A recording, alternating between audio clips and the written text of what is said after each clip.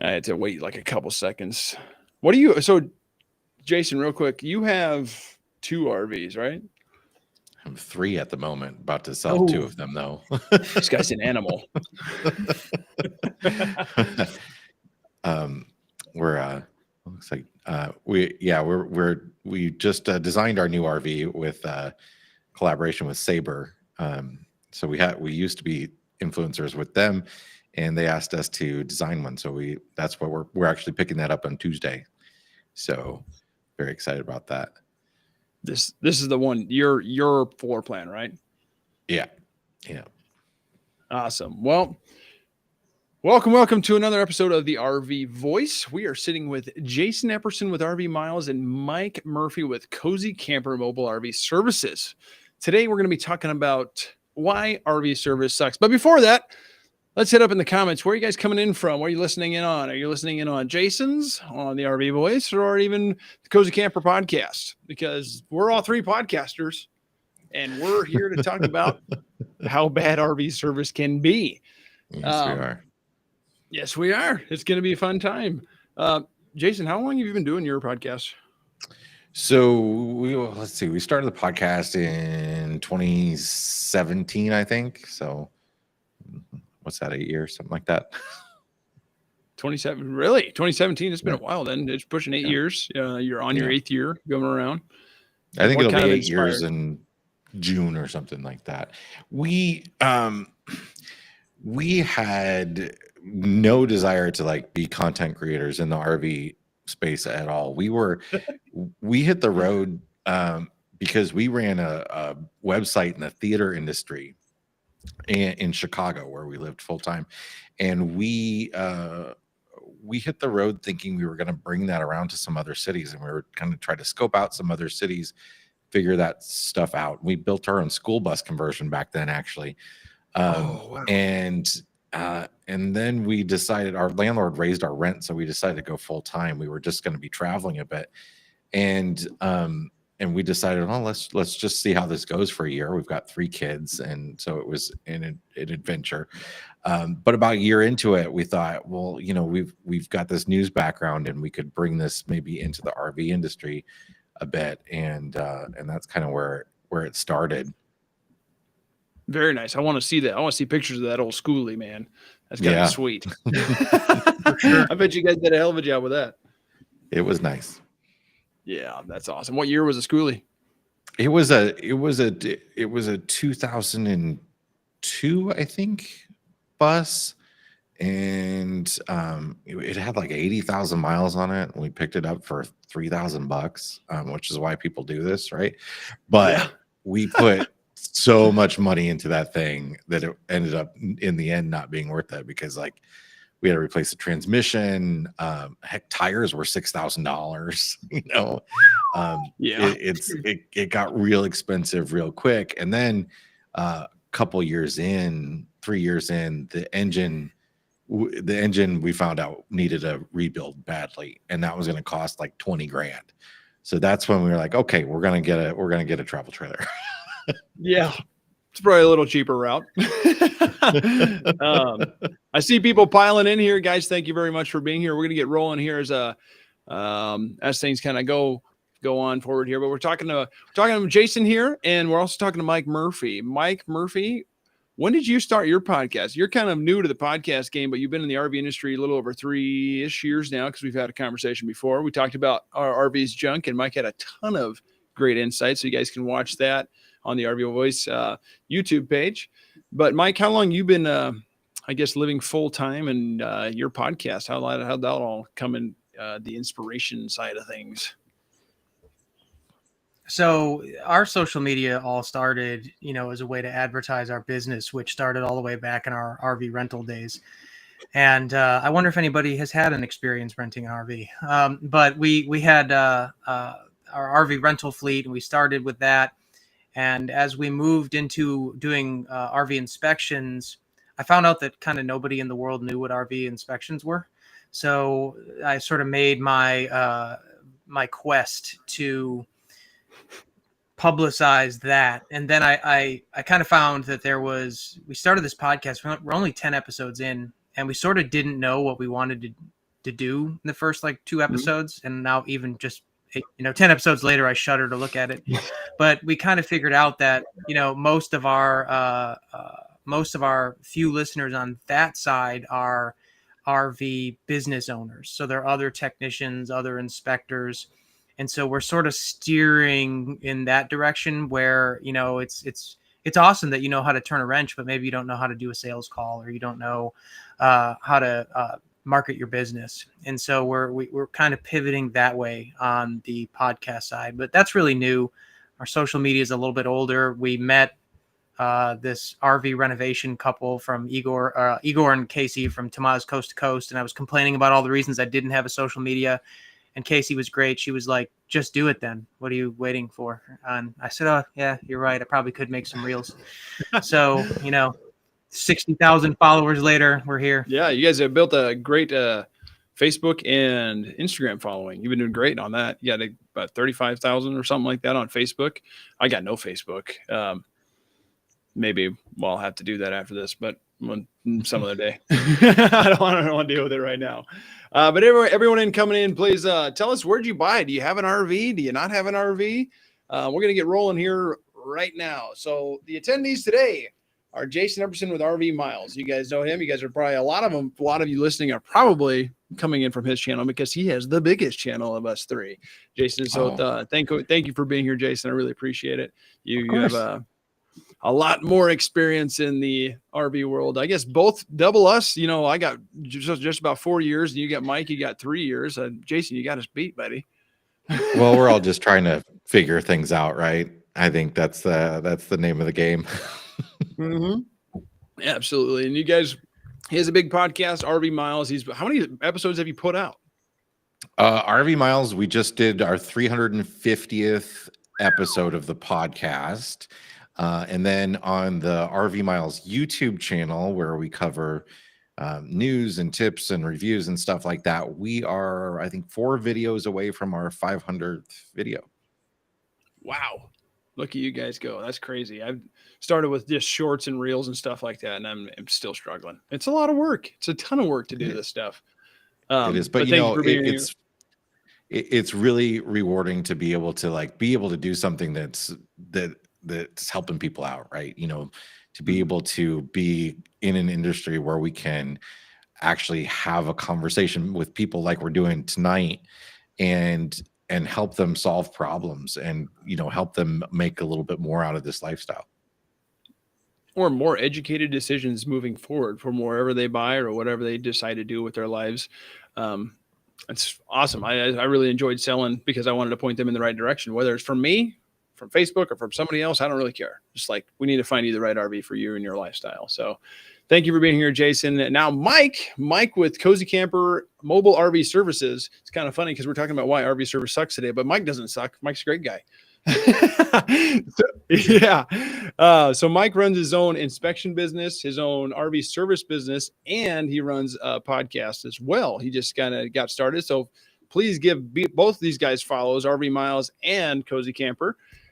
They're both putting out great stuff. And like I said, Jason's been at it for a long time. Mike's been at it about 3 years in the RV industry and has a lot of great insights within the RV industry itself. But today we are talking about why RV service sucks. And the whole idea is, there's time involved, there's communication involved, ordering parts, dealing with warranty, not enough technicians out there, model year changes, parts discontinued. There's a whole lot of things that go into service, why RV service sucks. And it's actually kind of different than auto service. And auto service is just a little easier. And we're just behind that when we're trying to figure out how to do that properly. But if you haven't heard of RV Fix, you need to talk about RV Fix for a second. So RV Fix is our internal service platform.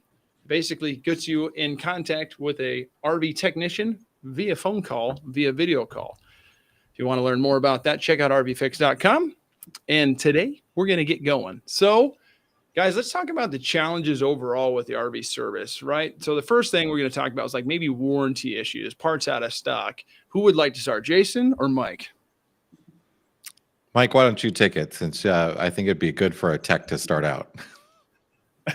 So thank you all. So with regard to parts and warranty, honestly, the hard part these days is just getting the RV bureaucracy to approve things when we're talking about warranties and extended warranties and manufacturer warranties.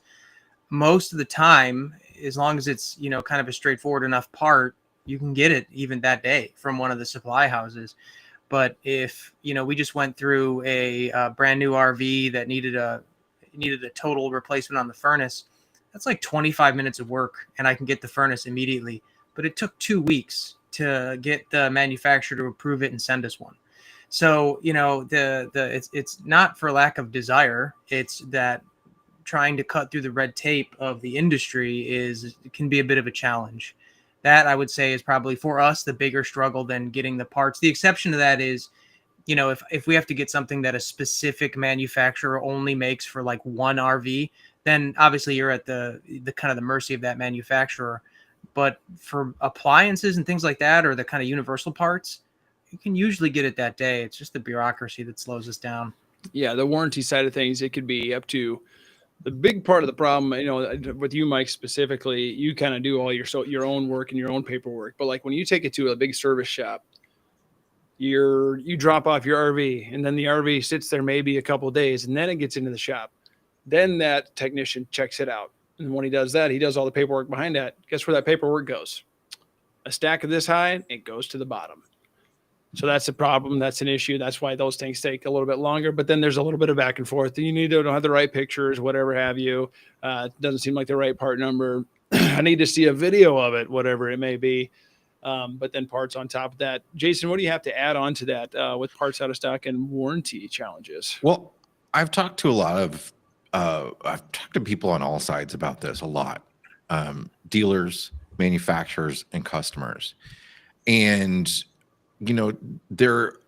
we are in a world where, not like the auto industry where, all the Toyotas are using the same starter or whatever.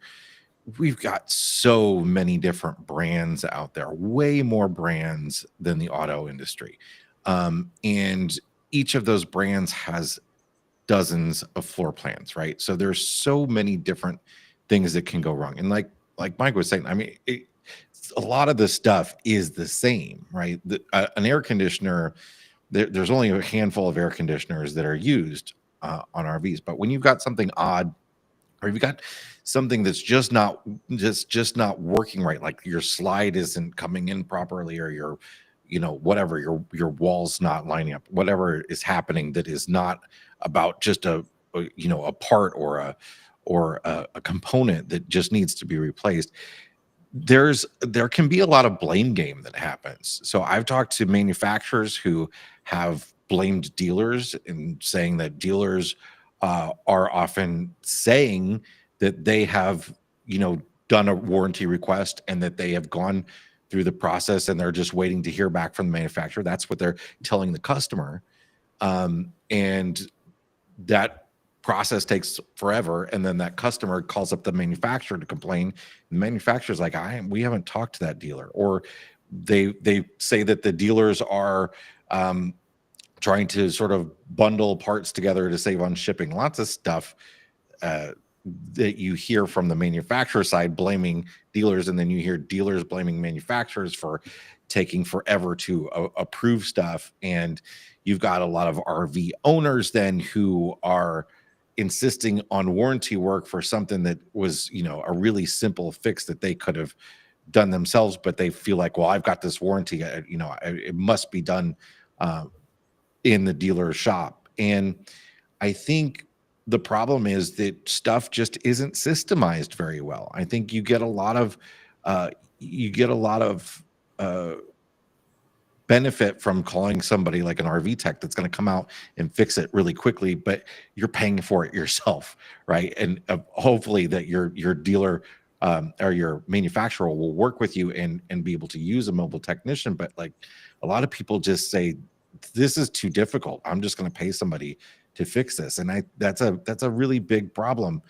But it's not one that is super easily solvable. A lot of it has to do with a lot of the history of the industry and how these many manufacturers came together under these conglomerates, how these dealership chains have formed. A lot of the dealership chains have really only formed in recent years as they've grown by picking up other dealerships, and those dealerships had their systems, and now we've got to integrate them together. All the manufacturers are using different part numbers for different things. It's a big mess that the industry is working on, but not fast enough. Yeah. There's a lot of, the industry, as in like the dealership side of things, they're driven by sales. They're like the auto industry. They're driven by sales, but it's almost the opposite. Is like they make money in the service department. Now I guess the dealership as a whole for RVs probably make more money as on the sale than when they come in for service. It's like, it's kind of a second thought, right? At least for us at Bish's, we are trying to be more forward about the service side of things. That's why we created RV Fix. You can use promo code RV Voice for 60% off. Start on that. And that will lock in your price for years to come. But we're not here to talk about RV Fix. We're here to talk about RV service and what are the challenges around that. Is there anything else you'd like to get actually parts on for this? Will be a great leeway into the next one. Well, their overall, why RV service sucks is, the challenges of warranty and parts out of stock. That is one thing. And then there's shortages of technicians, what we'll get into, but then there's also new model years. This is the next point we're going to talk about, new model years. Why do we talk about that? Because parts change within the RV industry almost yearly, if not less than that, because they'll be actually same model years. So it'll be like, let's just say 2024 Jayco J-Flight 264BH. That could have 3 or 4 different fridges in it just because of parts, right? Now, that being said, the next model year might have a different window size, and then you can't find that window to save your life. There's a whole lot of different things that go into RVs versus, let's just say like the F-150 of the world, right? Ford F-150, they'll do model year runs for 4 to 7 years or something like that. It's somewhere around there. And most truck companies or car companies do the same thing. So parts stay the same because of mass production. Well, we do mass production with RVs, but it's a little different because things change yearly. It don't even look the same the next year sometimes. So that's one thing. But new model years, New Year's and inventory logistics, introduction of all model years, how models bring new part SKUs, right? Let's talk about that, Jason. Since Mike started last time, Jason, would you like to start this one off? New model years. Well, the first part of this is, what is the model year? And this is an area where the RV industry has struggled to really solidify things, and they have been trying over the last few years. They actually really started an initiative before COVID to really align the model year across all the brands, and COVID kind of screwed that up. So we're just there's a lot of things that we're just kind of getting back to now from the big COVID boom. And that's one of them.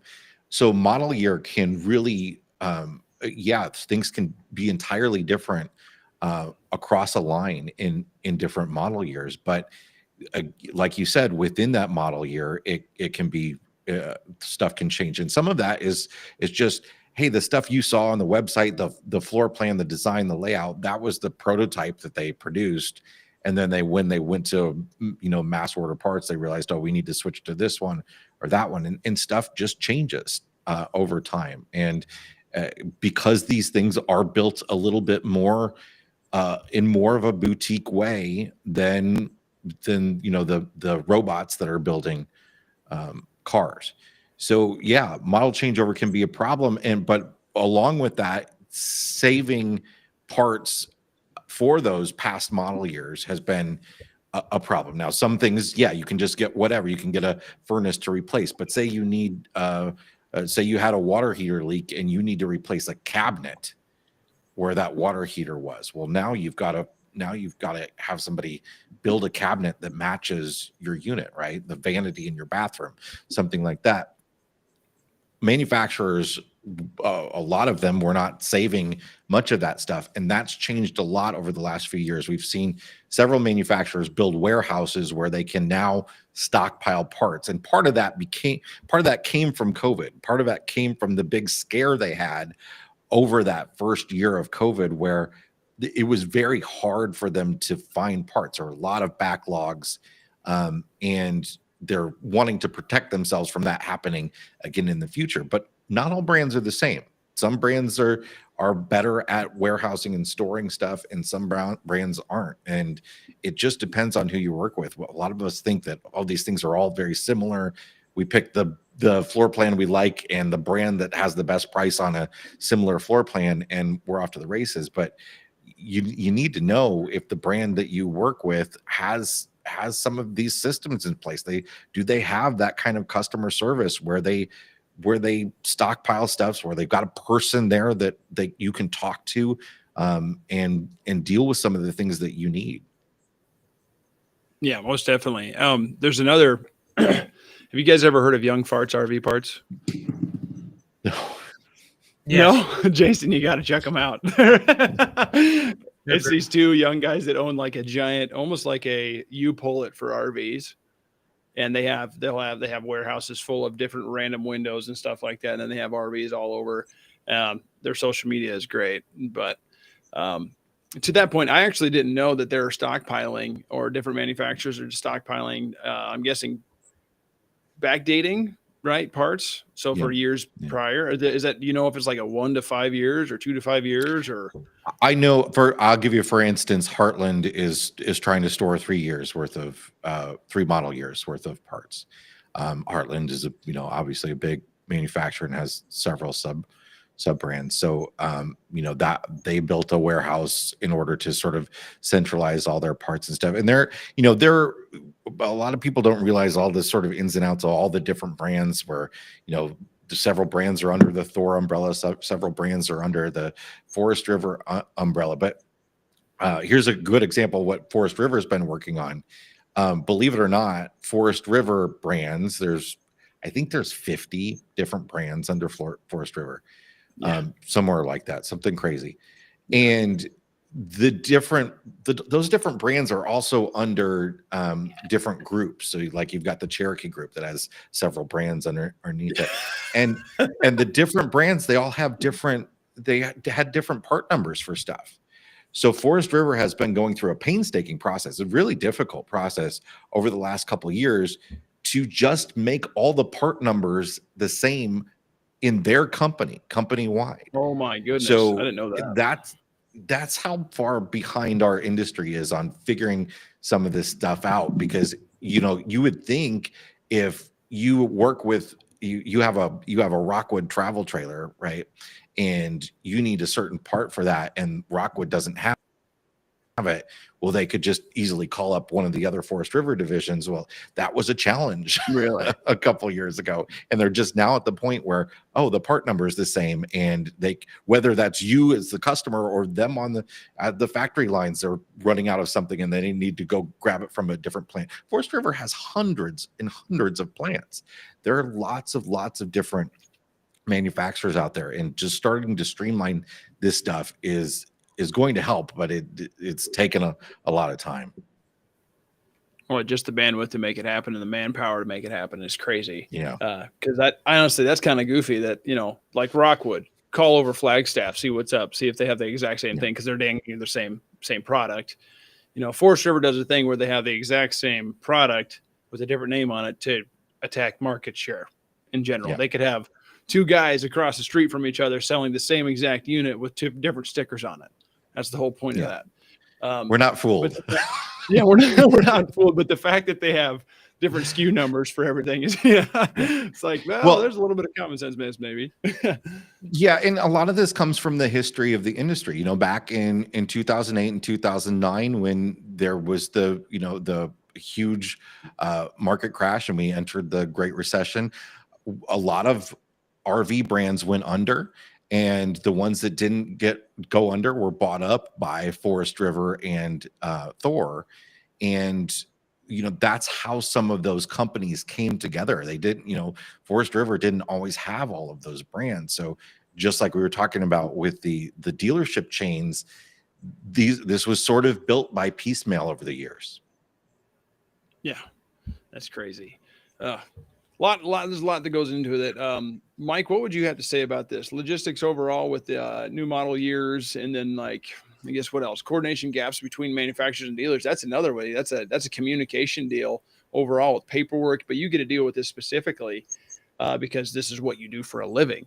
So what insights do you have here, Mike? So Jason's exactly right that model years are more a suggestion than they are a rule. There's some fuzzy numbers. I mean, this RV I'm in right now is a 2025. It was number 377 off the line.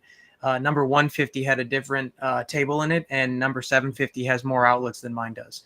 So just in a couple of hundred production units later, the RV can be substantially different than it was with not even over a model year, right? In the same model year. And particularly during the pandemic, there were, what I call like the 2021s and a half, where I had customers adamant that a specific year would have a specific feature because that's what the marketing said. And then I would go to inspect it. And let's say it was said it was a 2021, but then in every meaningful way, it was actually a 2020, right? It was manufactured in early 2020. It had the features associated with the 2020, but it got marketed as a 2021. So, I mean, we can't even agree what year it is. So before we start talking about part numbers and everything else, we don't even know what we have half the time. In a reel the other day where we were talking about this and somebody kind of doubted the math on one of the claims I made, I said, well, we're talking about a motorhome that was built in 2016. I'm sorry, it was marketed as 2016. It was built in 2015 and had a smoke detector in it from 2014. And it had tires on it. Everything was built at a different time. So there's so little standardization. It wrecks everything. And then it's really common now. I see new RVs on inspection all the time. I'll do 3 of the same family in a row, and they might have Coleman Mach air conditioners. And then I'll get to the 4th, and it has a Furrion, right? So at some point in that model run, they switch directions. And, kind of a lot of times the dealers aren't even aware of that change. I'll ask, and they'll be like, oh, yeah, look at that. It's got a different fridge. The last one I sold had a 12-volt fridge. Now this one has a residential fridge. And from those decisions spiders out all this uncertainty and drama and difficulty. We're interfacing with an unnamed manufacturer right now that's arguing with about the size of a cargo door. And I have the door and I measured it, and they're telling me that I'm wrong, but I have it. So I know exactly how big it is. And I can't get the first party OEM, and I have the VIN, to agree with me about what size this cargo door is, despite me having a tape measure in my hand, measuring it to get a replacement part. So, it can get hairy really fast. It's like once we graduate from something, like appliances, we can make it happen. But once we start talking about, like you mentioned, cabinetry and walls and fascia panels and doors, it can get dicey really, really fast. And I expected when I entered this industry, it would be a lot like the auto industry, where, I could kind of pull up a VIN and see an exploded diagram and know what every single part in that was. And that is simply not the case. I hope that we get there. But even if we started today and we all threw the switch and we all agreed we were going to have these exploded diagrams, well, there's decades of RVs that won't be affected by that. So it's going to be a long road, and the RV industry is a huge ship with a tiny rudder, and it's going to take forever to turn around that iceberg. I did see in the comments, somebody asked if mobile techs can work with insurance and manufacturers. They absolutely can. They don't all do that. And some manufacturers are different. They don't all work with everybody. So many do, but it is possible that yours may not. And also, I like the Star Trek ad as well. So to whoever said that, that was my favorite part of this whole operation. Mike was killing it with the pushing of the whole product, the whole podcast today. It was awesome. Creativity was coming through. Maybe you found a different calling with content creation alone, huh? Maybe we'll have to see. No rudder from Jeb from Utah. It's just all wind sails. That's all it is. Maybe so. Everyone grab an oar. We're going to turn this thing around. Oh, awesome. Another thing is, we were talking, the dealers don't stock a ton of parts. I saw this is one of our notes that we had in here. I came from a dealership. I used to sell out of Lincoln, Nebraska when I started in the RV industry. And some things we did order like masses of, right?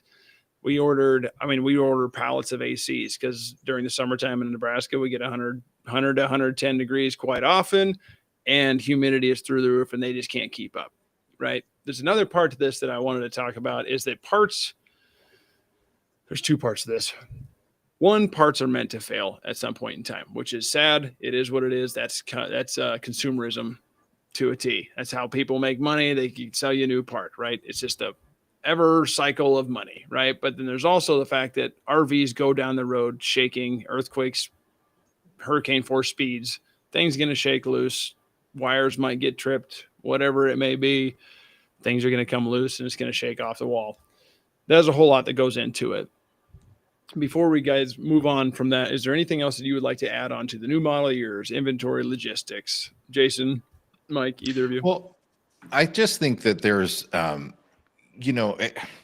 is easy to paint the whole industry with one brush, whether that's manufacturers or dealers. But Bish's is a great example. You guys do things a little bit differently, or working to do things a little bit differently. And I think that that's true of a lot of the manufacturers. A lot of people like to say, well, all the Thor brands are the same, all the Forest River brands are the same, whatever it might be. And that's not true. They're all very different, run by different people, made to compete with each other, and selling at different price levels and all that sort of stuff. And it really does matter who you work with, whether that's a manufacturer or a dealer. There are dealers that have great people on hand whose job it is to expedite parts ordering and warranty service. And there are dealers that don't. And there are dealers that have, that are keeping notes on a pad of paper, even though they've got 100 units on their lot that they're trying to do service on.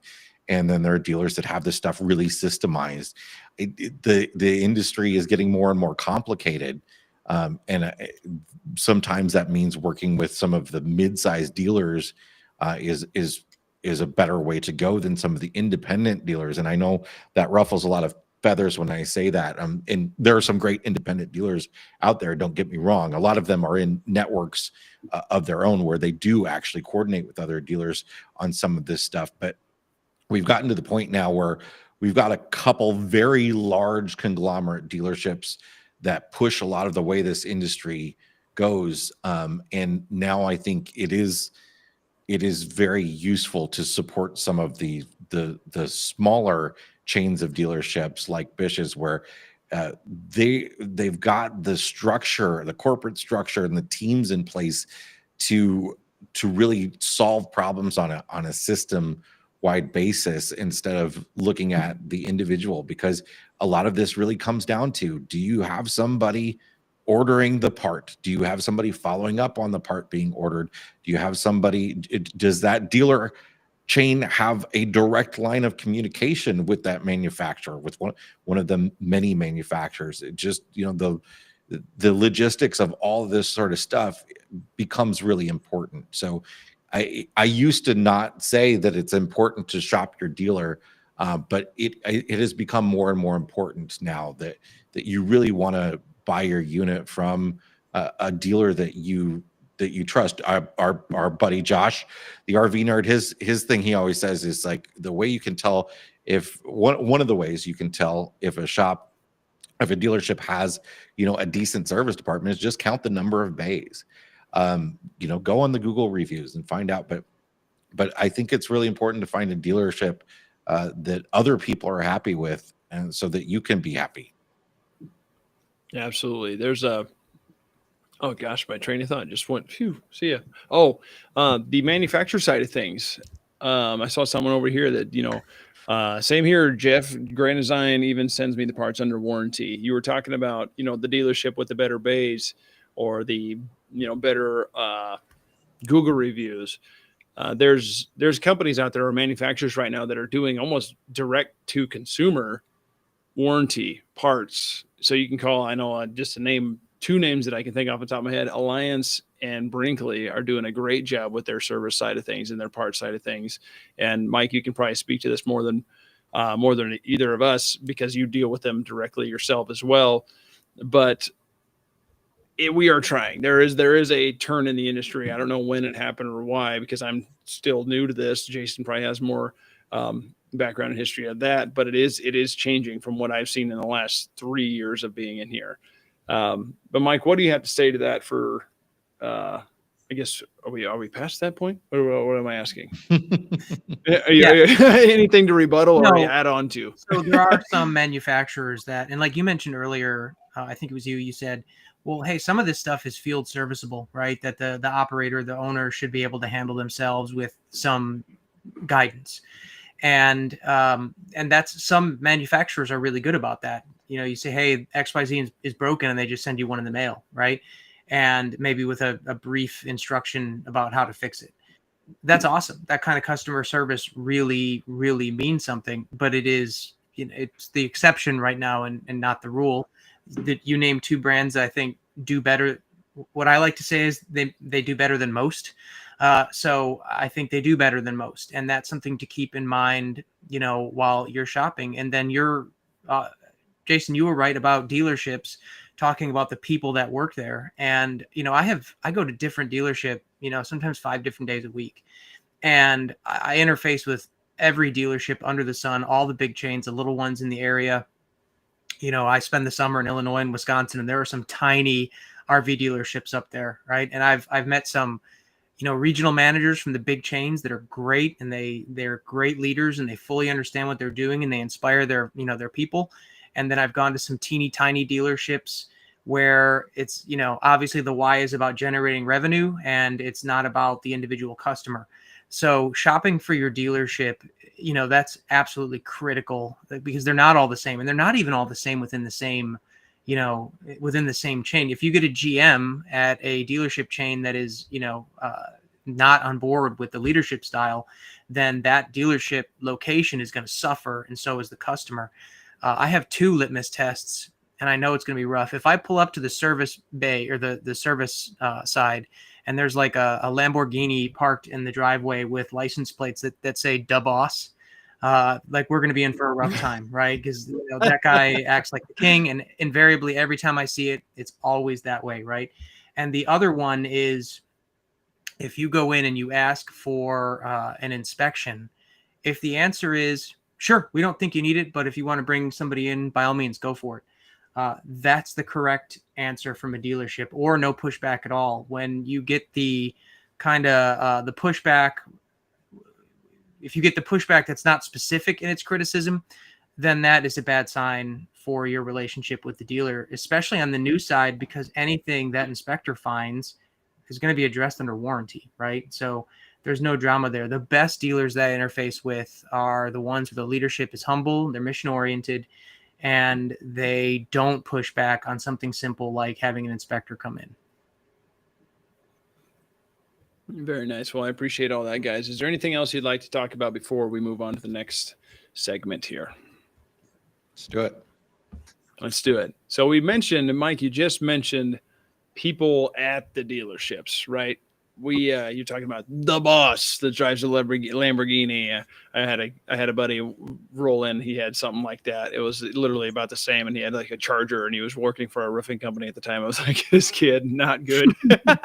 We changed his mentality and his personality a little bit those coming months after that. But anyway, RV technicians are the guys specifically working on your RVs, right? These guys are the one that hopefully Band-Aid or fix everything that you got and push you down the road the right way. But if you guys are listening, type in that one, just hit 1 and send it. And if you're agreeing to anything, hit 100 and send that as well. We'd really like to have some comments rolling in here. You guys are doing great. Jeb from Utah specifically is killing it. Thank you, Jeb. Appreciate you. But RV technician shortages, which is a real thing, real problem. This is an industry-wide shortage of our trained RV techs. There are schools now, no need to name names who, but they're kicking them out in a couple months or if not weeks, which is not the best way to go about this. But there's also guys that come from different industries like property management that can fix these things well because they have HVAC, they have electrical, they have construction, they have plumbing, they know all these things. But overall, RV shortages, what can you guys speak to that? Mike, I'll let you go first on this one. So there is there's tons of RV technicians. There's a shortage of skilled RV technicians, and there's an even greater shortage of people who of technicians who fully understand their niche, right? So, there's no other trade really. Well, they're different trades. So, everybody else kind of has a specialty. And in the RV space, you're supposed to be a carpenter, an electrician, a plumber, all in the same day. And that's a big ask, right? So, when I do technician stuff, electrical, I can handle it. Plumbing, I can handle it. But if you want me to run a saw, you've talked to the wrong guy, right? I've never cut a straight line in my life. We got to go talk to people that have more carpentry experience than I do. But for some reason, there's this expectation that people are going to like be good at everything, and that doesn't exist. And if you actually catch that lightning in a bottle where you have that technician that is just a wizard, your leadership at the dealership has to be extremely pleasant to retain that person, because that individual technician can go off and start his own business. And when a dealership loses that technician, they lose their greatest training asset. So that technician should be training all of the junior technicians underneath them. And when you attrition him or her out, that's a real problem for the industry, because instead of being able to work at scale with a team of technicians, say in a dealership with 10 bays and 15 technicians under him, maybe he's just going to work by himself and he's going to do one RV at a time. And maybe he can do 3 a day now instead of 10. So that is a problem. And then the other problem is that there are quite a few. I agree that we need vocational training in high school, and RV technician should be one of them. But the other, I saw the comment come in. There is right now, so there are multiple schools, and you said we won't name names, so I won't. But there are multiple schools, and they are producing RV techs. And there's only, I tell people all the time when they ask me, I'm like, well, there's only one way to fix. There's only a few ways to fix a furnace, right? And whether you go to, Hufflepuff or Ravenclaw, like, you're going to learn how to fix the RV furnace. You're going to learn how to fix the air conditioner. So, and a problem is that maybe one school is off, they're generating technicians at different skill levels according to their gifts, but then the RV industry isn't receptive to those technicians. They want only, the other schools, the industry schools, technicians. And there is a difference between the multiple schools, but they're kind of all the same, right? Like, one doesn't practice witchcraft. So, we could, if there was a way for the industry to look at these other trade schools that exist and bring those technicians into their fold at some kind of equivalency to the other school, then that would go a long way. Because a lot of people leave these, they go to these schools, they try to get a job at a dealership, and then they say, well, we don't recognize your training, so we'll only bring you in as like an unskilled laborer. And then that technician says, well, hey, I paid for trade school. I have all this experience now. I'm not an unskilled person. Maybe I'm willing to take a hit, but they're not willing to, maybe start as an unskilled person. So they just go off and pursue their own things. So having some reciprocity in the industry about who actually is an RV technician would go a long way. And figuring out a way to develop some kind of apprenticeship so that young people can come in and get trained and actually develop a career in this space would go a long way too. Every other trade has some kind of apprenticeship that you go into and you work through and you get trained. Not really so in the RV space. So the desire is there. There's certainly desire to be RV technicians. I mean, these schools are packed all the time, right? But they're just not making their way into the dealership space in the numbers that are needed to actually kind of solve these problems. And because of that, and like we talked last time, JB, during the pandemic, the most skilled technicians all bailed on the industry and started their own business. So, and we're still recovering from that brain drain in the dealership space. So there's a lot to unpack there. It can be better, but at some point we just have to say, like, hey, do you know how to fix RVs? You do? Sweet. Can you teach other people how to do it? Even better. Let's go. Yeah, I think there's another point to that. Sorry, Jason, to cut you off. I'll be quick with this. There are high turnover rates in this because there is a burnout to it, right? I mean, they're pumping things in and you're doing all sorts of different things. For me, I loved construction because it turned off my brain because I understood it. I could frame a house basically blindfolded at the time. Now I have to think about it, but used to be able to do that quite simply. But now you're changing something all the time. You're going to HVAC, to plumbing, back to HVAC, to construction, back to plumbing, back to HVAC. There's a burnout to that. And you're crawling around, rolling around. You're pulling out black tanks, gray tanks. I mean, it's not exactly the most fun thing at all times. But yeah, I mean, there's just in general, there's a shortage for it. Jason, what do you have to add to that? Well, there's a huge pay problem. I mean, this is something that has to happen at the dealer level, and at the manufacturers need to be paying more for warranty work to the dealers, technicians, and the dealers need to be paying their technicians more, and the dealers need to be doing more of the training on site instead of just trying to bring in people from schools, from 3 or 4 schools around the country. They need to be doing more of the industry standard training, and some of them are. But when your shop rate is $210, $250 an hour, and that technician is making 25, there's a problem. And that technician is going to go work for themselves, as Mike mentioned. I mean, we have in this industry right now at dealerships about the same number of technicians that we had 20 years ago. And we have a lot more technicians in the industry, but they're all becoming mobile techs, and mobile techs are really important part of the system. And it's great to see that element flourish, so that we have a lot more options when we're out on the road. But the dealership side of it has not grown, and that has to get fixed somehow. There's just no way around that. It needs to be profitable for dealers to do service, because if they're losing money on it, they're not going to worry about that. Then dealers need to be doing less at the dealership with the new units that come in. A lot of the dealer technicians are spending so much time working on the new units, just getting them ready for that new customer, because they're sort of the dealers are the last line in the chain of manufacturing. They're buttoning stuff up and making it perfect, where more of that needs to happen at the manufacturer. And it is been moving that way a little bit, but there's no way to solve this technician problem without, as Mike mentioned, like making it a little bit easier for somebody to apply for and get a job, but also we just got to pay them more. Yeah. I got nothing else for that. Mike? No, I think, Jason, I think you hit the nail on the head. It's such a, I think too, something that has occurred is, and I don't have numbers to back it up, but I suspect there are more people that are full-timing or close to full-timing than there ever have been before. And, and I was having this conversation with a client the other day. He's not a full-timer, it's in storage, and he wanted me to come out to fix something. And I was like, well, why did you, it's going to cost, it's going to be faster for me to come out, but it's going to cost way more for a mobile tech to come out than for you to drop it, off in a shop.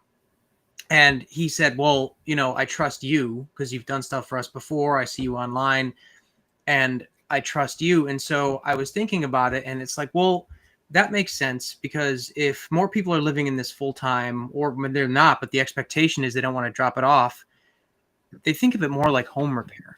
And that's how we structure our business, is more like home repair. So, if the industry moved to more of a contracted home repair, JB, I think what Bish's is doing is like a great step in that direction, right? Like, hey, can you solve it yourself? Like, here are technicians that can come to you. That's a great move. But from my perspective, the dealership has been a little resistant to that kind of move. And Jason, to your point, if we could just get the easy stuff out of the dealership and focus on that stuff that really does need you, it's better to do a whole brand new roof in a shop. It's better to drop black and gray tanks in a shop, right?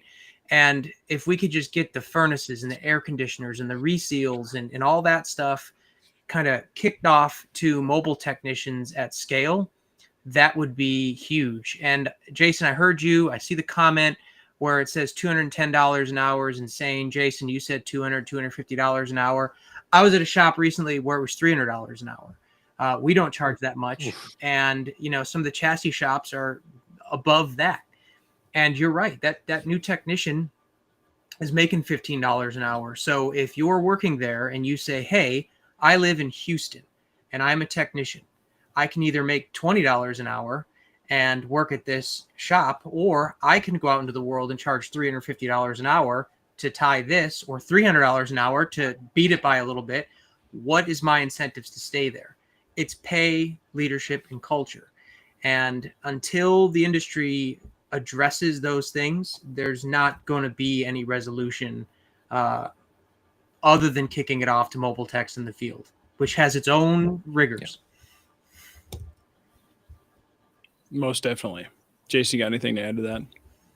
Well, yeah, I mean, it's just there is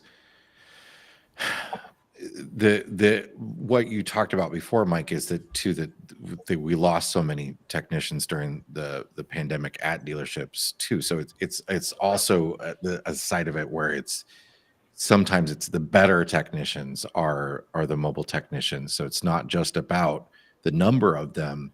And when you have somebody better, they work faster, and that shop rate isn't as big of a deal if that thing can get figured out in an hour. But once it starts taking 4 or 5 hours because somebody hasn't come across this, because they don't have the experience, or they don't really know what they're doing, that stuff can really start to add onto the snowball of costs. Definitely. I don't know the answer to that question that just popped up. What percentage of 300 goes into the owner's pocket? Well, obviously there's a whole lot of costs that dealers have, right? I mean, they've got the physical building, and they've got the HVAC, and they've got all their their employees' taxes, and the retirement plans, and all that sort of stuff. So yeah, it's not going into the owner pocket, but it's going into the business, and the employees need to be taking a bigger cut of it if you want to retain them. Yeah. There's one thing I wanted to add on. It was Charmaine that asked, or said, or commented that you can Google basically anything. There's some truth to that. You can. There's YouTube University as well. Well, YouTube University. Problem is, what we mentioned earlier, you could be looking at a 2024 J-Flight BHS, right? Or 264 BHS, or 264 BH, or 260 BHS, whatever it may be. That could have 4 different fridges in that lineup here, right? That's an issue. But what we recreated, you said we're talking about $300 an hour is super expensive. Absolutely, that's expensive. What we created is you can forget the Google University, forget the YouTube University. You can call and talk to a master RV technician today with RV Fix.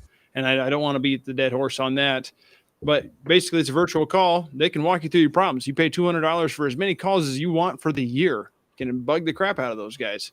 And I'm sure there's customers that have beat the snot out of that and used and abused that subscription. But that's why we created it, so we can streamline your service. You can DIY a lot more things with RV Fix. They'll help you, walk you through it. I know not everything's fun to do, and there's certain things that we can't help you through because of liability, but we can also get parts and warranty done within 2 hours after that call versus 2 to 3 weeks, which is the average timing when you take it to an RV service shop.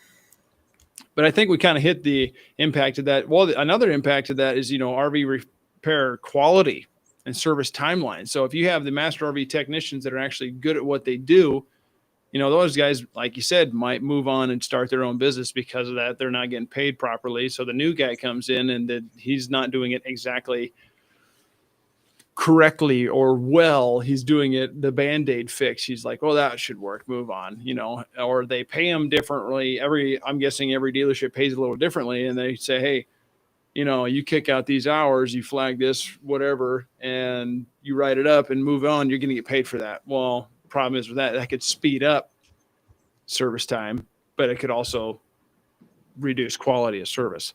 So there's a whole slew of different things that are happening with the RV technician side of things. But question for you guys, Jason, we're going to start with you now, because we started with Mike last time. How could RV owners navigate the system better? Because not everything, like you said, like we were just talking about, not everything you have to take in. There's a lot of people that, they buy a new RV and a piece of trim falls down. They're like, I need to take my RV in. Personally, I can teach you how to use a staple gun, but you know what I mean? They bought a brand new toy and it's $30,000 plus. And I understand that, there's a little bit of that, but then it falls on the dealer a lot of time, which I don't care for.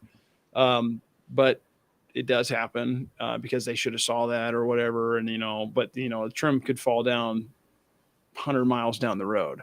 It happens all the time. But how can RV owners, I guess, navigate this RV service system a little better? Well, you want to have a dealer partner in advance. You don't want to be in the situation where you have something major go wrong and you don't really have a relationship with a dealer. You want to at least have an idea of who you want to go to, or a local technician. The biggest thing is really you got to be on top of people. So if you've got a problem and you've taken your stuff you're taking your rig into a shop and you're waiting for it to get done, the squeaky wheel gets the grease. So you got to be on top of that dealer, but you also want to be in communication with the manufacturer if we're talking about warranty service as well, to make sure that everybody's on the same page and we're getting stuff done. Have a budget to have a RV tech, a handyman, whoever, come fix some of the small piddly stuff, so you don't have to tow. I mean, there's things that take 10 minutes to deal with, or call Bish Fix or whatever it might be, or RV Fix now. Have a little bit of money planned, even though I know you've got the warranty, and I know you want everything to be done right by you under the warranty. Sometimes your time and effort, it makes sense to just either do the small stuff yourself, or pay somebody to do it for you quickly. And that's kind of a big key to RV ownership. I'll blame everybody. I'll blame myself. I blame manufacturers, dealers, everybody, for selling this lifestyle as something that is akin to home ownership, or actually more akin to auto ownership. Really, it is more like home ownership than it is like auto ownership. But where we're going to have these things, and they're just going to be as we expect things to be in the auto industry, where if you've got a small problem, it gets dealt with. And frankly, most people who buy a new car don't have small problems with it for several years. So we need to have a new mentality about that. We can solve a lot of the problems in the RV industry with money, but a lot of buyers aren't wanting to spend that money. So there is an element of you do get what you pay for. Sometimes what you pay for is just more stuff that might not be as good, but you've got more of it. Sometimes you pay for quality, so it's not just about more money. But one of the biggest things people can do is work with a quality brand and then work with a quality dealer. But yeah, just be on top of them and try to learn how to do some of this stuff yourself. The University of Google, absolutely, but read your manuals. I know the manuals are awful. That's a problem that's got to be dealt with at some point, because we just get a folder of a pile of manuals, right? We've got your air conditioner manual, your fridge manual, all that sort of stuff. But there's basic maintenance that needs to be done on these things that people just aren't doing at all. Maintenance is a big problem. And if you can do some of the maintenance, do it. Upgrade your rig. If you can, upgrade to have a little bit better suspension, do that, because that sort of stuff, having a better hitch with a sort of suspension style hitch, it's gonna help your rig last longer. And that stuff really matters if you're somebody that uses this a lot. To Mike's point about full-time RVers and the fact that there are more full-time RVers, so people are just using these units more. Yeah, there are more full-time RVers, but it's not just full-timers. People in general are using their RVs more. Back in 2021, the RVIA did a study of RVers, and they found that the median number of days an RV was used was 20 back then. And so that meant a lot of RVers were using them far less than 20, right? Now, today, they just put a study out a few days ago. Actually, it's my next video is on this topic. They just put a new study out a few days ago, the sort of 4-year later version. They haven't done one since. where the median number of days that people are using their RVs is 30. So it's increased 50%. Wow. So the amount of Wow. time people are using their RVs now has increased, and that's overall systematically on the industry increasing the number of problems that people are going to have. But you just, you know, try to learn some skills. Don't be that person that says, I'm not handy, I don't know how to fix things. Have a set of tools with you, have some decent tools, and learn how to do some of the really piddly stuff, because it's going to come up just like it does at your house. And you don't want to have to call a handyman out every time you have a problem at your house. You want to be able to solve things quickly. You've got a drawer that's not closing. You should be able to fix that on your own. And yeah, we can talk about all the problems that the RV industry has and how they need to do better. But in the end, this is about you having a better experience with what you already have. So you're going to have a much better time if you take the time to learn to fix some of those things yourself. Most definitely. And I wish there was more of a bank of that. And there's YouTube University, like you said, Google University, whatever. Or right here, right there. That's another route. Mike, what do you have to say to that? So how can RV owners navigate the system better? It's tough. And, you know, Jason's right. If you do have to drop it off at a service center, you know, you do have to be the squeaky wheel. And that's a good point. But what we do is we kind of have all you can do in your life is worry about what you can control. And then everything else is something you can't deal with. Right. So what we tell people is there's 3 parts. So the first part is get an inspection before you buy it. Know what you're actually buying. Don't be behind the ball and buy something and something's wrecked. Right. So hire a good inspector to help you do that. We put out guidance today on our Instagram and our Facebook on how to find an inspector and then vet them to make sure they're going to meet your needs. So that's part number 1. The second part is RV owner education. And, you know, so that's the whole reason really that our Instagram and our Facebook exists, right? And there's other people out there that do exactly what we do, where we're just pushing out like, hey, I'm a technician, I see this is how you can fix that, right? And then in addition to that, like, I teach in-person classes. I'm teaching one tomorrow. I taught one last night. And then there are schools and online courses. There's tons of places that you can get education to empower yourself as an RV owner. YouTube is great, except that there are a lot of people with bad takes on YouTube. So you have to be very careful. If I had a nickel for every time I went in behind and I heard like, oh yeah, I bought 4 different sail switches because YouTube told me it was the sail switch. And then I get in there and it's the control board or the igniter or something else, right? You know, you should have just called me. You paid 2 of me on sail switches than if you just called a technician in, right? So there's definitely a time and a place for that. And it can help a lot, especially with things that are like everyday RV owner stuff. Checking your seals, resealing your roof. That doesn't require a huge amount of skill to do. And that's something that every RV owner could and should do, or budget to have somebody come out and do it. And then the third part is, you know, speedy repair. And we tell people all the time, we can either be your inspector or we can be your technician. We can't be both. So, you know, if you bring us out to be your inspector, I'll refer you to RV Help and you can find another technician to help you out there. But you have to be kind of the decider about what it is that you're going to do. And so we recommend kind of those 3 things so that you can own it. And we want to keep you out of the dealership if we possibly can, so that you're not avoiding that. It's way better to have your RV and maybe one air conditioner works and the second one doesn't, and you have to wait for a couple days versus drop it off, go in a hotel, stay at your mother-in-law's house, whatever. That's terrible. And then, you know, the last time I dropped an RV off at the dealership, they lost it. They literally lost it. They couldn't find it. The only reason I found it was because I loaded it with GPS. And I was able to say, hey, it's in the northwest corner of your lot. And I had to call 4 different times before somebody would listen to me. So, you know, your points are totally valid. The RV owner has to control what they can control. And inspections, quick repairs, and RV owner education go a long way.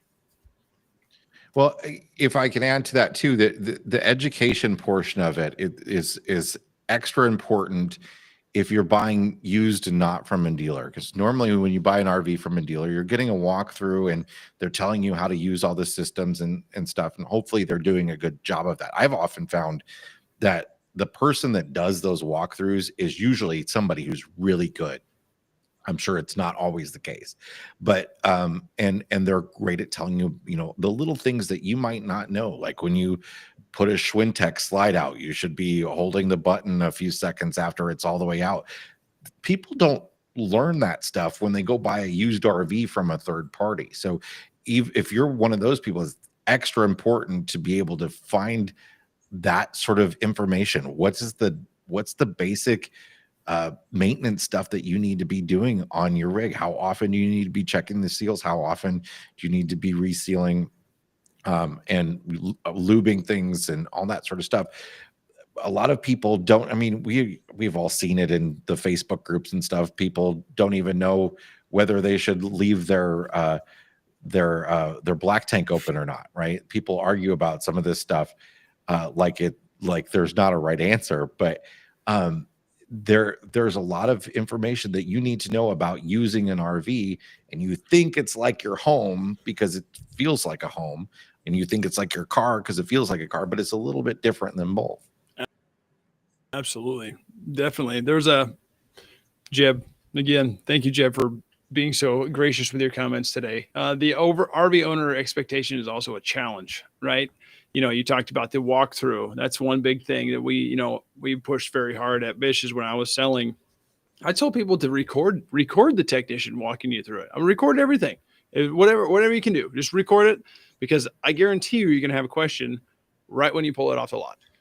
And then the second thing is, like, I don't care who you buy from, or what brand, what manufacturer, from what dealership. I guarantee that at any RV transaction, whether it was me from somebody else, you would have problems with your RV, and you need to figure out how to take care of that. You know, at least some DIY yourself, right? Because things will absolutely happen, just because that's the nature of the game. Hurricane force speeds, earthquakes at all times. I guess they did the Richter scale. They put one in there and it was like 8 point something most times because of suspension. Upgrading suspension. Jason, you mentioned that earlier. And I think Mike, we talked about that. And then I also talked about Josh and JD on the other podcasts. That would be great if we could put much better suspension on these things, but a lot of them come out with just regular old leaf springs and shackles. Put the U-bolts on and let her go, and just shake the crap out of these things. The problem is that a lot of people don't use them that many days, though. That 30 days a year is still not that many, right? And that's the median. And most of it, and I think the median number of miles traveled per trip is 250. So a lot of people are looking to spend, under $25,000 on a travel trailer that's gonna meet that, and that they're not going to use a ton of. But then you have other people who are going to use the thing for 6, 7, 8, or 12 months out of the year, and they're buying the same rig and beating the crap out of it by towing it all over the country, boondocking and going down washboard roads and all that sort of stuff. And that's when it really starts to matter. Most definitely. Mike, do you have anything to add on to that? No, he's Jason. I mean, you're spot on with that. And we joke all the time that, like, there is kind of a difference when we talk about full-timers between people who are full-time RVers and people who live in their RVs. And like the second group is someone that maybe stays put 12 months or 6 months out of the year and only moves their thing once, because as we all know, like you've mentioned, the roller quake down the road, right? That's when everything breaks. And these RVs, the electrical stuff is held together with Wago connectors and wire nuts. And if one little Wago connector comes loose, now your air conditioner doesn't work. So, that's the expectation management for RV stuff, is like, if you drive 8 straight hours, probably when you get there, something will be broken. We joke every time that every single time we move our RV, something will fall and break, or something will disconnect and won't work anymore. And it's going to take me an hour after I set the RV up to figure out what it is and actually fix it. And if I don't find it, that means I haven't looked hard enough. So, owner expectation, managing that is huge. And that's something we try to do with owner education. Like, RV life is amazing, but it is also hard. There are a lot of challenges that come with it, especially if you're someone who moves around a lot. And definitely if you're someone who's got maybe an older rig that the maintenance has been deferred, and you're going to move it, and then you're going to get somewhere and you're going to find your fridge fell out or your air conditioner doesn't work. All of that said, while I think there's some space for owner education, expectation management, I don't want to create the perception that RV life is bad and I don't enjoy it, because I live in one. We travel in one full time. I'm going to go to the desert this weekend. So, it's amazing. But yeah, that's it. Expectation management is huge. Awesome, guys. Well, this has been a wonderful conversation so far. Is there anything you'd like to add on to any of these points before we move into the live Q&A portion of the podcast? I want to add just something that the industry can do. This is somebody, one of our members of our community talked to me at length about their experience with buying an Integra motorhome. Integra has a class, and I'm sure there are a few other brands out there that do this, where you go and you basically go to Integra University for a week, and it's $1,800. You have to pay for it, and it's for a couple, and they give you a big, massive manual, but they take you through, like, they partner with Spartan, who builds the chassis, and Spartan takes you through their Spartan training, where you learn all about all the engine maintenance, all of your generator maintenance, and all the sort of stuff that you need to know about the chassis. And then Integra takes it the rest of the way. And that obviously sounded like a great thing to me, and minus the paying for it part. But this woman said, look, this was great, and I think a lot of people would be willing to pay for stuff like this. And I think dealers can really get into that game, but manufacturers as well, and find ways to do some more real serious training about how to use these things. And maybe that would lead to less things breaking along the way. Well, then again, that brings in that DIY of fixing, right? You can fix it yourself a little bit, or you can troubleshoot better and then be able to order parts properly. If not, again, on top of that, we're working on things with RV Fix to be your walkthrough guide, right? Or I have this issue, and then we'll troubleshoot that with you and move you forward down the road as well. Again, promo code RV Voice, RV Fix discount there, lock you in your price for years to come. Mike, anything else from you before we kind of get to the Q&A? I think that Jason is more eloquent than I, and he's done a good job summarizing this. Not at all. Awesome, guys. Well, thank you very much. If you guys are listening, please give these guys both a follow. You can follow me too. I'd love that. But they took time out of their day to meet with me. I'm sitting at my job still here in Idaho, and these guys are taking time out of their day to meet with us as well. So give those guys a follow. But live Q&A, guys, ask us questions. What do you have questions about RV service? Some horror stories. Throw some horror stories in there. I'd love to see those. But any questions about overall RV service? How can we make it better? What are you doing to make it better? What's the manufacturers doing to make it better? We've kind of covered a lot of it, but what else we got out there? Any questions that for either of these guys? Jason owns 3 RVs. Maybe you should ask questions about that. It's kind of a sore subject around our house. We got to sell 2 of them. We got to sell 2 of them before we hit the road this spring. All right, Barb Thompson, real quick. I mentioned Alliance and Brinkley as manufacturers who are working to improve their builds. Any others you would recommend? Personally, when I was selling, Barb, I loved Flagstaff and Rockwood. If you step into it, you'll understand. These things came off the lot through their PDI facility. They drive across the country, land in Lincoln, and they looked show ready and ready to go.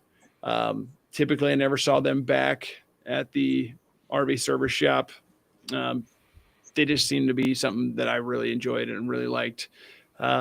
Love Jayco. Jayco's been a brand for 60 plus years and been one of the top selling brands out there. But Jason, Mike, what do you got to that one? So as an inspector, I don't like to, I'm not going to endorse one brand over the other. But and the thing is like, you know, there are some brands out there that are kind of known for their quality, but even the best, like most positive brand, it's Friday every week there, right? And if a rig's getting built at 3 o'clock on a Friday, it may not be their best work.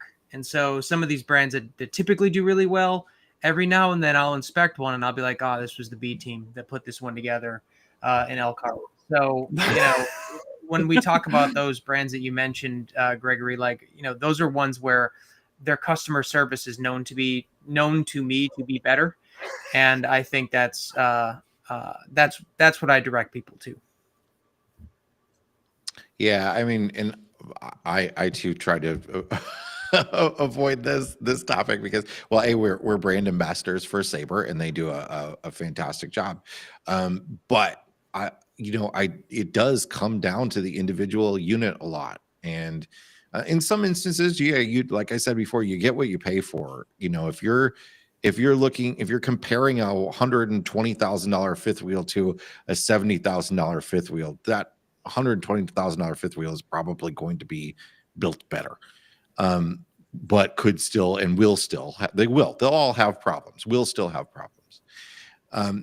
Guaranteed. But yeah, what it comes down to is, are you working with a manufacturer who's going to stand by it? And one of the things you can do is, and take it with a grain of salt, but join some of the forums, the Facebook groups and stuff, and see what other people are saying about their experience.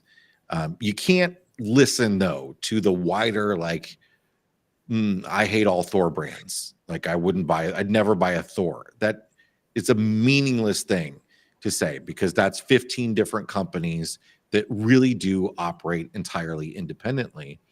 And things are going to be different under some of those brands. An Airstream and a Heartland are not the same thing, right? Or even under the same brand, like somebody like Keystone, they've got their big Montana high country fifth wheels, and then they've got their Bullet travel trailers, and they even make some of like the real cheap exclusive stuff for Camping World and stuff. There is a range under some of these brands, and you want to start learning about the things that you're paying for and why you're paying for them. Are the sidewalls vacuum bonded, and what's the thickness of the sidewall and the insulation, and what kind of material is it all built out of, and those sorts of things you want to start learning about before you buy. And I think that's real key to then selecting a unit that works for you, because the thing that comes down to is what you're willing to pay for. A lot of people are willing to pay a lot more money for more quality. A lot of people think, well, I don't really, I'm trying to get into this as cheap as possible, and I'm real handy, and I'm going to fix some of these problems myself. And everybody's all over the map and has their own needs. Absolutely. Cut out there just at the end of there. Oh, sees sorry. that Abby has questions about 2 RVs for sure. Lenny R put in an interesting one here. Are all techs inspectors, or who and how to find inspectors before purchase? Mike, I'm going to let you take this one. That's a great question. If you ask me as a graduate of Ravenclaw, I'm going to say no. But if you ask a graduate of Hufflepuff, they might say yes. So, what we would say is no. The inspector is a separate thing. Someone who is going to inspect the unit objectively and as a third party, and isn't interested in selling you repair services after it's done, right? Because that's a conflict of interest. Like, hey, you can buy this RV which has a broken water heater, and only I have the water heater to fix it. So you do want to find that independent NRVIA certified inspector to do the evaluation for you. But you do want to vet them. You want to make sure that they have a good amount of experience and additional training, and they have insurance. That's important. There are some great technicians that offer inspection service, and I'm not knocking their skill at all. I'm just I question people that sell an inspection or a survey service and then offer to fix it for you at additional cost. So that would be my one thing there. And actually, as of today, the only place to find the certified RV inspector is rvhelp.com. The legacy locators are gone. and you can find certified inspectors there. But you do need to have somebody that's skilled and trained to do it, evaluate before you buy it. Yeah. Shout out to Zigzag for having a Scamp. Those things are awesome. Fiberglass tubs. They're beautiful little trailers. Love those things. And shout out to Scott for buying a Bishop's of Omaha from buying a Brinkley from there. That's awesome. Good for you guys. And full-time 6 weeks. Congratulations on making the move to full-time. If you want to learn how to do more full-time, check out the RV Voice podcast because I talk to a lot of full-timers. Anything else? Let's see. I'm interested in outdoors RV. Any thoughts? Seems like they're a good RV for full timing. I don't know much about the Outdoors brand. Do either of you? I've walked through a bunch of them and they look great, but I've only heard good things from a lot of owners about them. Sometimes I feel like the units they produce kind of look a little dated. But if you don't care about the interior design, they do a lot more in-house than other manufacturers do. They and they tend to do a pretty good job up there. Of course, they're a Pacific Northwest manufacturer, so you're going to see a lot more of them up there than anywhere else in the country, and that can be a challenge for somebody that, you know, if you live in South Carolina or something, then you're gonna have to figure out getting it there, and that can be a decent cost. So, but they do good stuff from what I understand.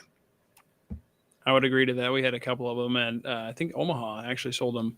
And were they? Correct me if I'm wrong, Jason. You might know this. Mike, you might know this as well. Were they part of Northwoods at one point in time? Were they a split off? Yes. Yeah. So that I think you can see the similarities within the I think like so. The Nash looks a lot like the Outdoors. They all look very, they have a similar layout, similar look. They do have that older fashioned earth tone. Or at least they used to. I don't know if they still do. But what was it? Greg said something in here. They're owned by the same. They have the same owners. Oh, they do.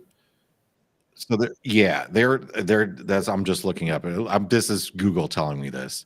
I should know this better, but I believe that they're sister companies. Okay, very nice. Gregory, I don't know how to say your last name. My apologies, Greg. He did say something that was very interesting, and I want to address here. He said, I think many RV manufacturers are unfairly blamed for the quality issues when the reality of the issue is another company's product that was installed into the RV. There's a couple parts to this that I would like to add on to. This is very interesting because these things, like Jason said earlier, we're not robotic. They're hand built. And then Mike mentioned, it could be 3:00 on a Friday B team that's trying to pump these things out. These guys do get paid per unit that goes out. Not every company, I'm sure, but a lot of it is that. And yeah, it could be installed incorrectly at the manufacturer, but it's another company's product that's failing, right? And then they're saying, oh, that's a Jayco problem. Well, no, it's actually a Furrion problem or an Everchill or a Norcold problem or a GE problem for that matter or for that sake. So, oh no, not on the B team. But yeah, there's some truth to that, but there's also the hand built stuff. These things are hand installed. It's just problems going down the road, shakes loose. We had a customer that bought an RV that is one of the brands that I really, really like, that a screw went through a wire. 2 weeks later, the whole thing burned to a crisp. It happens. Oh. It happens. That's not to name. I'm not going to name names on that one. But it does happen. These things are hand built, and problems will happen. So you need to find your RV service. You can check out RVFix.com. You can talk to people like Mike, follow RV Miles for strategies and tips and all that to find a better way to go about RV service. We created RV Fix for that reason, to make things better. Call those guys, get the parts warranty done. You don't have to take it in. Bring it in when we get those things. Get it done in 1 to 3 days. Move on with your lives. Is there anything else that you guys would like to add before we kind of close out here? Jason and Mike, you guys have been absolutely wonderful. Thank you for taking time out of your day to join us on the RV Voice. kind of do a little cross pollinating, hanging out with everybody, get everybody, follow everybody. It's been wonderful. But anything else you guys like to close out with? Well, I want to add to what we just talked about there about the components and suppliers, is that those companies, yeah, sure, there is an element of that, but those companies generally supply what the manufacturers are willing to pay for. We could build lots better things. Is the RV manufacturer, who's the one choosing what goes into that, are they going to make the right decision when it comes to that? But also this feeds down to the dealer and the buyer. A lot of people don't realize, though, that the dealers really drive a lot more of the RV industry than anybody else, because the dealers are the one that are going to these manufacturers and they're saying, well, these are the products that I'm gonna pick up to put on my lot. These are the RV brands, the individual floor plans, the units that I'm gonna put on my lot. So you have an element where you've got some of the big conglomerate dealerships saying, well, you got to bring the cost down on this, and this. We need, cut corners here to bring the cost down. We need to keep bringing the cost down. And you've got some rando dealers that are like, oh, people don't like white. You need to just put brown interiors, only brown. Brown doesn't show the dirt. And there are, and that resonates with somebody, and a lot of this industry is just people jabbering about stuff like that and making decisions without actual data. So my point here is that tell your dealer what you like and what you don't, so that they can continue to help drive the industry a little bit better. And when we see stuff that is built to be kind of lowest common denominator, it's meant to be able to sell to as many people as possible at a given price. Maybe that's not what everybody wants, and we need to be more vocal about this stuff with everybody. But dealers are really the ones that hold the key to all this. They're the ones that are making the orders for these units every single year, and the manufacturers decide what they're going to build based on what the dealers say that they can sell on their lots. Yeah, Mike, anything? No, I think we've solved the RV service problem. So moving forward, there will be no more concerns from this. We've done a great job, guys. I appreciate everybody's time. I'm now the mayor of RVs. No, so the just really quick, I saw one of the comments was asking about I want to muddy these waters as much as possible. Can an inspector be a technician? Yes, but they can only do one job for you at a time. So if they're your inspector, they're not going to be your technician for a year. If they're your technician, they probably shouldn't be your inspector, but they technically could be. But your inspector shouldn't be selling you these things. But no, the dealers, they do hold all the keys. They're guarding all the doors. And, if you have to give that feedback, and sometimes you do that with your wallet. And if you are careful with your wallet, that will have a impact in the industry over time. So I always tell people, I'm like, hey, if you like a floor plan, I guarantee that another manufacturer and another dealership is selling that floor plan. It's not real estate, right? You can find it somewhere else. So if I remember during COVID, I really wanted this Grand Design, which, like you, Jason, I have more RVs than one right now, and I'd like to get rid of one. But there was one that had fiberglass walls and one that had aluminum walls, and they were both exactly the same. I really wanted the one that had fiberglass walls, and the dealership kind of treated me like a jerk. So I said, all right, well, I'll just go buy the one I don't want as much. And that RV ended up being great. It was an amazing RV for our family. So that's how I give that feedback to dealerships, is being very choosy that way. It's important to not be emotional when you're making those buying decisions. You do want to find somebody that treats you right and is receptive to that feedback. Now, the individual dealer can't do anything about the cabinets being painted brown. If that's how they came from the factory. Outdoors RV does still have kind of brown gray cabinets. They're maybe a little bit behind, but yeah, that's it, guys. Awesome, fellas. I think we Yeah, like you said, we're beating the dead horse now about this, and we solved all the issues. It's going to be great by end of 2025. Cozy Camper for mayor of RVs. Yeah, Mike Murphy. I'll vote for you because I don't want to be mayor. Awesome. Also, give it up for these guys. They look great today. Jason's got a wonderful beard, and Mike did his hair today. I just wake up like this. This is how I wake up. So, anyway, guys, thank you so much for being here. Everyone that tuned in today, thank you so much for being here and commenting. And we're going to keep doing these things. Comment what you'd like to hear about. We like to do the evergreen topics. Why RV service sucks. Why are RVs junk? They're not RV. They're not junk. It's just things just happen. And that's how they're built. And then we do other things as well. We want to talk about 4 seasons. Well, what other questions, what you might have that we can promote more and do more stuff like this. We'll do live Q&As, live topics with Jason, Mike, other people out there. But anyway, guys, thank you so much for being here. Follow Jason, follow Mike, RV Miles, and the Cozy Camper podcast as well. And if you'd like to follow us, we'd appreciate it very much. So, Jason, Mike, thank you both so much for being here. And everybody out there, the official website, go to bitches.com/RVFix, or just type in RVFix to Google and it'll take you right to it. Regina Clark, there you go. Awesome. Everybody out there, please stay tuned for more from the RV Voice. Thanks, everybody. Thank you.